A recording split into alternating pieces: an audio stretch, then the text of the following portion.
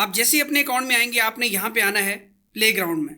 इसके बाद आपने इस गेम पे क्लिक करना है और यहाँ प्ले पे क्लिक करना है। डायरेक्टली आप गूगल प्ले स्टोर पे आ जाएंगे। यहाँ पे आपने इस गेम को इंस्टॉल करके इसको आपने प्ले करना है। यहाँ आपने गॉट इट पे क्लिक करना है। इस तरह आपने इसको खेलना है। जैसे आपका राउंड कंप्लीट होगा आपको इस तरह का फिनिश का ऑप्शन आएगा।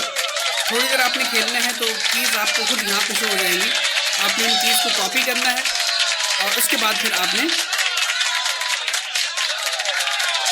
यहाँ आना है और यहाँ पे आपने इन कीज़ को इस तरह पेस्ट करना है।